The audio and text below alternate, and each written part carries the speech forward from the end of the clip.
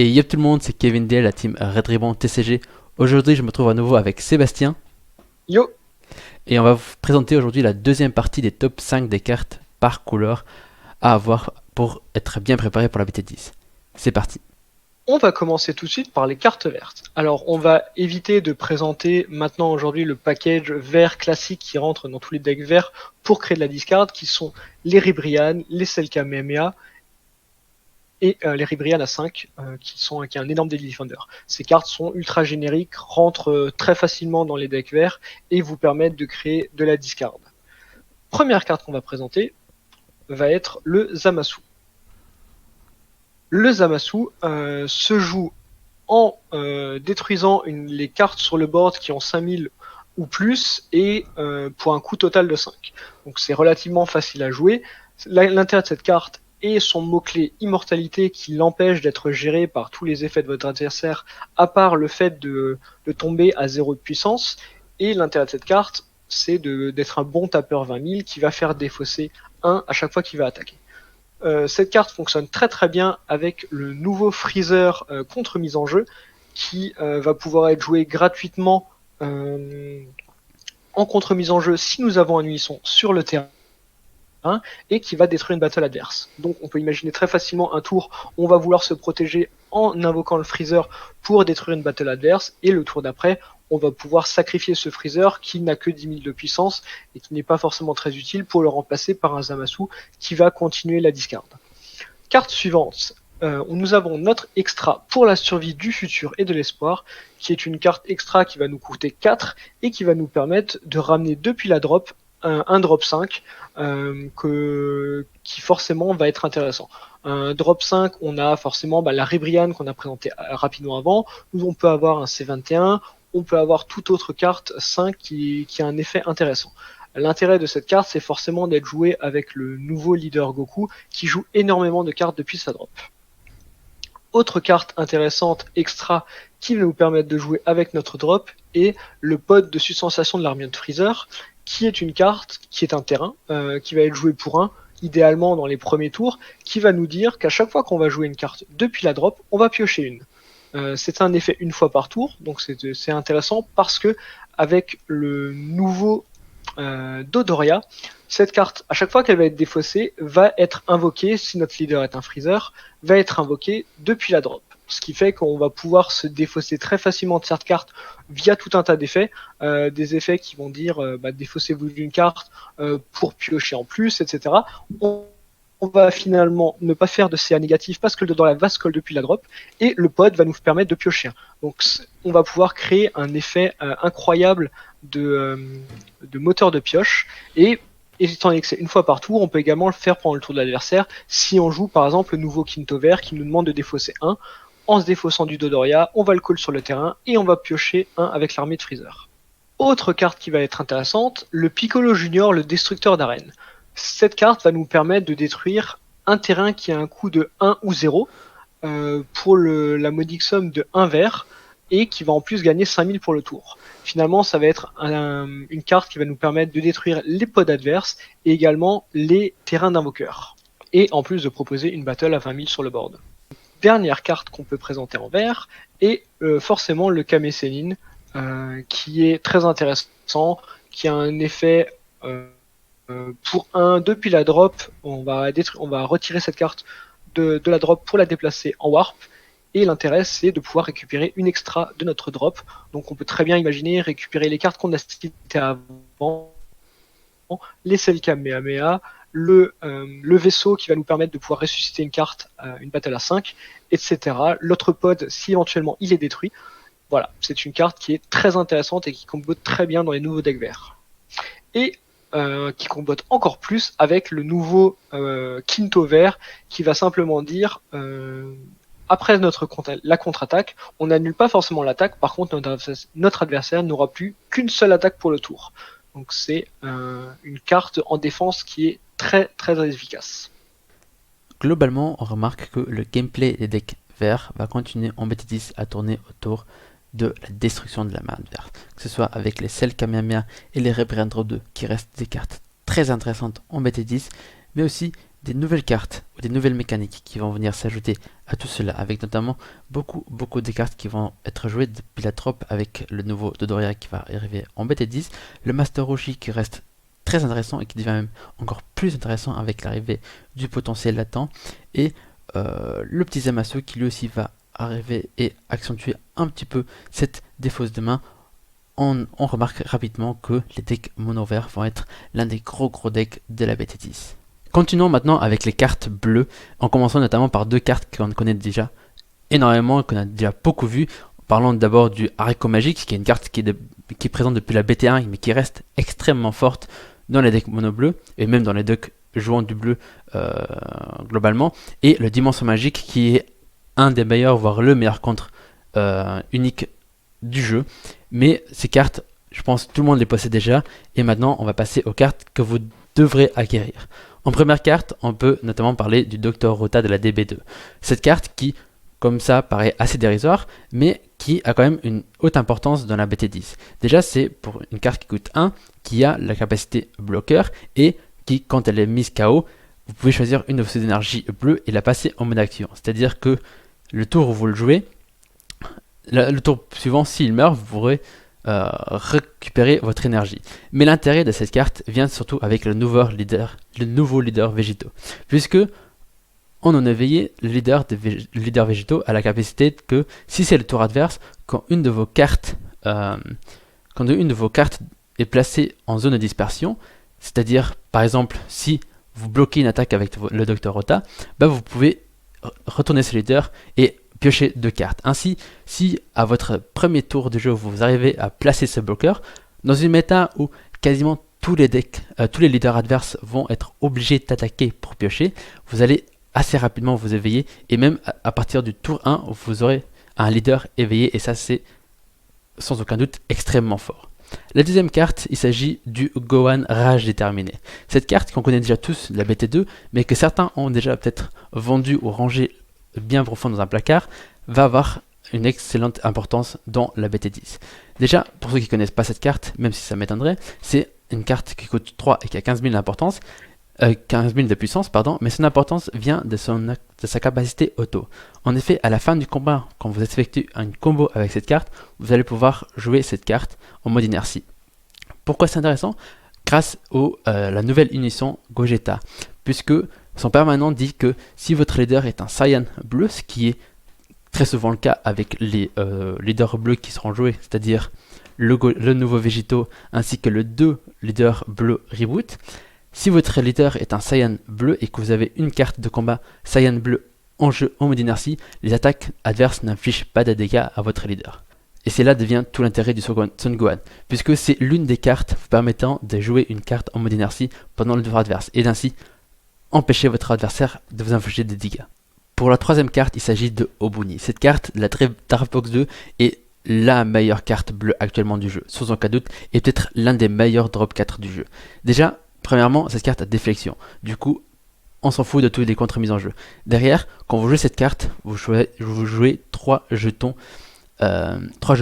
sur le terrain, des jetons qui ont 15 000 de puissance et 5 000 de combo. C'est-à-dire des 3 tapeurs à 15 000 ou alors encore plus de cartes avec lesquelles vous pouvez comboter. Et le permanent qui abuse encore de tous ces jetons, puisque tant que vous avez au moins un jeton en jeu, cette carte ne peut pas être mise KO. Du coup, déjà de 1, la capacité de déflexion qui l'empêche de prendre des contre-mises en jeu quand elle est jouée, et derrière, à partir du moment où elle est en jeu, les jetons qui sont plus valables, sont plus efficaces que le mot-clé barrière. Et pour pimenter tout cela, on a évidemment son capacité principale qui, une fois par tour, votre adversaire révèle la carte dessus de son deck, et si vous avez un peu de chance, pas besoin de jouer tous les univers 10 associés, un peu de chance suffira, et si la carte révélée est une carte de combat, au début de la phase principale suivante de votre adversaire, vous allez untap une énergie. Du coup, ce drop 4 qui vous ramène déjà un tapeur à 20 000, suivi de 3 jetons qui ne peuvent pas être contre-mis en jeu et qui ne peuvent pas être mis KO, et en plus, avec un peu de chance, comme dit, ce sera un tour 3 avec l'énergie que vous allez untap. Cette carte reste simplement l'un des plus gros tapeurs en bleu, et un bon deck mono bleu sera obligé d'inclure cette carte. Avant de passer à la dernière carte, on a encore les deux cartes Ultra Instinct. Le Drop 5, le Vent vers l'infini, qui est actuellement dans le jeu l'un des meilleurs moyens de mettre en place un Goku Drop 5. Et en plus, avec sa capacité qui combatte plutôt bien avec les Obuni, vous allez tout simplement à votre tour 4 pouvoir mettre en place un Obuni. Derrière, si il reste vivant pendant le tour adverse, vous allez pouvoir taper avec, puis pour une énergie bleue remonter un Obuni. Et au final, vous allez pouvoir peut-être même rejouer votre Obuni au tour 5 pour avoir encore plus de jetons et encore plus d'attaques. Cette carte, elle seule, reste extrêmement intéressante. En plus de toutes les possibilités que peut avoir ce petit Drop 5, il y a en plus un matériel d'évolution pour le Goku UI Drop 7 qu'on connaît de la BT3. En effet, cette carte que vous allez du coup pouvoir pour 2 énergies évoluer sur votre Drop 5 a triple frappe et en plus a un permanent et une capacité auto très intéressante. Déjà son permanent qui empêche votre adversaire d'effectuer des combos pendant l'attaque de cette carte et en plus son auto qui dit que quand vous évoluez cette carte, vous retournez toutes les cartes de combat adverses dans leurs mains. Ce qui peut être intéressant dans certains match-ups, jouant énormément de bloqueurs, notamment Sin Shenron qui va polluer leur board de bloqueurs et également face à un deck Bulma par exemple, qui aura du coup un board des fois très imposant. Cette carte, ce Goku Drop 7 UI est actuellement l'un des gros boss monsters ou l'un des rares boss monsters en mono bleu et du coup si en BT10 vous voulez jouer un deck mono bleu, c'est cette carte et un des boss monsters.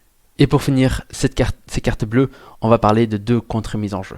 Déjà, la première carte, le Goku Ultra Instinct pour 4, contre-mise en jeu ou contre-attaque. Vous jouez cette carte et les capacités de cette carte ne peuvent pas être annulées dans aucune zone par les capacités adverses. Et son auto qui dit que quand vous jouez cette carte, vous choisissez une carte de combat adverse en ignorant la capacité barrière et vous la retournez en main. Cette carte qui a certes un coût de 4, reste toujours un des meilleurs contre-mises en jeu du jeu. À côté de ça, on a le hit Drop 5 qui y a lui également joué en contre-mise en jeu. Et déjà en effet de contre-mise en jeu, il a dit que si la carte adverse jouait à un coût d'énergie de 5 ou moins, elle est retournée dans la main adverse sans être jouée. Vous allez en plus pouvoir jouer cette carte qui reste quand même un tapeur à 15 000 et son permanent qui dit que pendant le tour adverse, vous pouvez réduire cette carte, le coût d'énergie de cette carte de 2. Au final, pour 3 énergies, vous allez déjà pouvoir empêcher l'activation d'une carte qui a un coût d'énergie de 5 ou moins. Et derrière, en capacité auto, quand vous jouez cette carte, vous pouvez choisir une carte de combat avec un coût d'énergie de 5 ou moins et la retourner dans la main de son propriétaire. Au final, si c'est le tour adverse pour 3 énergies, vous allez pouvoir empêcher une carte d'être jouée et en plus remonter une deuxième carte adverse avec un coût d'énergie de 5 ou moins dans la main adverse. C'est cette carte qui n'est clairement pas à sous-estimer. Au final, on se retrouve avec deux contre-mises en jeu qui sont très intéressants, notamment vu que les 3 gros leaders bleus de la BT10 seront du coup le Vegeta Starter et ensuite les 2 Reboot. Et au final, les 3 decks vont se retrouver à être des decks qui vont untap énormément d'énergie pendant le tour adverse ou pendant son tour. Et ces deux contre-mises en jeu qui ont certes des coûts assez élevés pourront être rapidement rentabilisés. En petite conclusion, on va pouvoir dire malheureusement que le bleu n'a pas forcément été très gâté en BT10. Les cartes qu'on vous a proposées là, ce sont des cartes génériques qui vont pouvoir compléter un deck bleu. Les decks bleus aujourd'hui ne sont clairement pas les meilleurs, étant donné qu'ils ont très peu de finishers. Les decks bleus vont avoir l'avantage par contre de pouvoir très très bien défendre et de pouvoir tenir beaucoup les decks aggro adverses. Malheureusement, le deck bleu va beaucoup s'essouffler et les leaders bleus ne sont pas suffisamment forts pour vraiment pouvoir dominer la méta. Et pour finir, nous n'allons pas vous présenter une couleur, mais une multitude de couleurs en l'honneur des cartes multicolores. La méta s'oriente clairement vers des decks monocouleurs. Cependant, il reste que quelques cartes multicouleurs qui vont pouvoir être jouées et qui, à elles seules, pourraient justifier l'obtention d'un deck multicolore. Nous allons vous présenter rapidement ces quelques cartes évidentes comme le Deadly Frost Poison qui permet de faire un CBL plus mettre en inertie la carte pour 3 en bleu-jaune, mais également le Cell Xeno qui est une secret, alors qui coûte forcément un peu cher parce que c'est une secret, cependant elle reste très utile car peut être utilisée dans un deck vert, dans un deck jaune ou dans un deck vert-jaune. Cette carte reste très très fort, bien entendu. Pour la première carte que nous a présentée, on va vous présenter tout de suite 3 cartes. Ces cartes-là sont finalement les super combos arrivés en BT9. Ces super combos ont divers avantages. Tout d'abord, ils peuvent se jouer sans avoir de restriction de points de vie, mais également peuvent s'inclure dans des decks monocouleurs. Effectivement, le deck, par exemple le Zamasu, peut s'intégrer dans un deck bleu ou dans un deck jaune. La plupart de ces super combos sont très efficaces, ont des effets relativement particuliers. Exemple, la C18 qui va nous faire retirer une carte de la main adverse pour qu'il la place sous son deck. Le Zamasu qui va pouvoir engager une battle ou un leader adverse quand on va combo avec. Et le Nappa qui va simplement se call sur le board et qui va pouvoir se rejouer. Ces 3 super combos sont forcément donc très intéressants à placer. Attention, à la limite forcément des super combos que vous connaissez bien. Seconde carte que nous allons vous présenter est le Broly Swift Executioner, qui est finalement le Broly Championship. Cette carte s'intègre parfaitement dans le Broly Surge, qui est aujourd'hui un des rares decks Surge qui n'a pas été touché par un errata et qui reste potentiellement très jouable car il profite de cartes très intéressantes. Cette carte rentre très bien dans ce deck. Cette carte nous dit quoi? Finalement, en Active Battle, on peut jouer cette carte pour un vert et un rouge. Cette carte, une fois jouée, va mettre 10 000 de puissance en moins à une battle adverse, mais nous allons également pouvoir prendre un PV et faire discard de l'adversaire. C'est un 20 000 critique, donc toujours intéressant pour 2, et va nous permettre de prendre un point de vie qui va nous permettre de faire les effets de notre Broly Surge, qui peut toujours être intéressant. Prochaine carte, la C21 du Starter Deck. Cette carte est très intéressante, au-delà du fait que ce soit une multicolore, on peut très bien la jouer avec la carte qu'on vous a présentée tout à l'heure, qui était la carte qui nous permet de ramener une battle verte d'un coup de 5 ou moins sur le board. Du coup, on va pouvoir facilement ramener cette C21 sur le board, qui nous dit quoi? Qui nous dit que simplement, on va détruire une battle adverse et un PV. Donc ça peut être un bon moyen de finir une partie qui a du mal à se résoudre. Prochaine carte que nous allons vous présenter, c'est le package Invoker Burn. Le package tournait autour de cet extra qui nous disait simplement que si nous avons un Goku multicolore bleu-rouge sur le board, nous pouvons burn 1 à l'adversaire. Le principal Goku qui nous intéressait, c'était le drop 6 qui nous permettait de remettre, quand il était joué, 3 nouvelles énergies depuis notre drop en zone d'énergie pour pouvoir forcément jouer ces coups catastrophiques et faire burn un maximum de PV à l'adversaire. Avant, ce package était utilisé tour 6, qui était relativement tard et parfois compliqué à sortir. Heureusement, en BT10 sort cette nouvelle carte, qui est un petit Goku multicolore cost 3, qui va simplement nous permettre de jouer beaucoup plus facilement les 2 cartes précédemment citées. Un tour d'invoqueur classique va se dérouler comme suit. Nous sommes tour 5, nous avons déjà notre Vegeta invoqueur sur le board, nous jouons notre petit Sangoku sur le terrain, nous utilisons nos deux coups catastrophiques pour faire burn 2 à l'adversaire. Suite à ça, nous utilisons la capacité de coups catastrophiques pour les mettre en warp, éventuellement piocher de nouvelles cartes si ce sont des extras multicolores.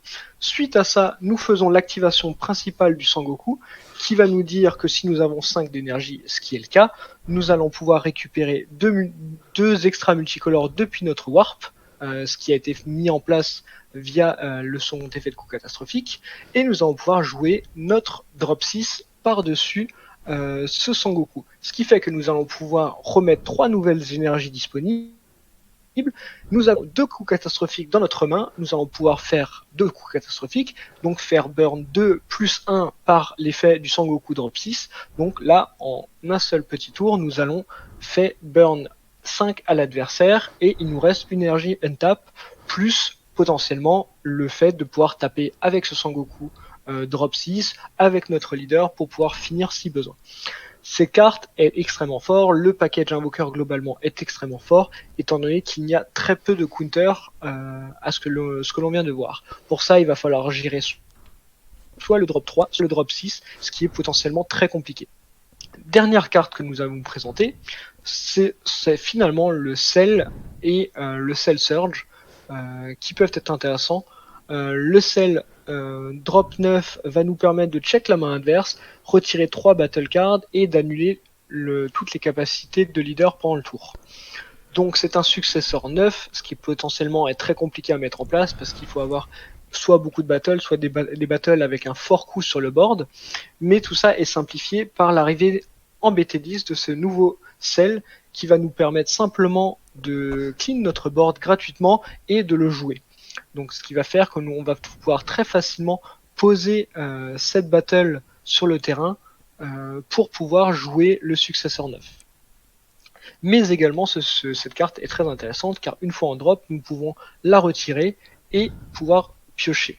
Ce qui rend le deck Cell Surge beaucoup plus stable et finalement ça comble un petit peu les lacunes qu'il avait, c'est-à-dire pas forcément simple de pouvoir piocher, c'était compliqué aussi de jouer les successeurs 9 et finalement là on a une carte qui règle pas mal de soucis.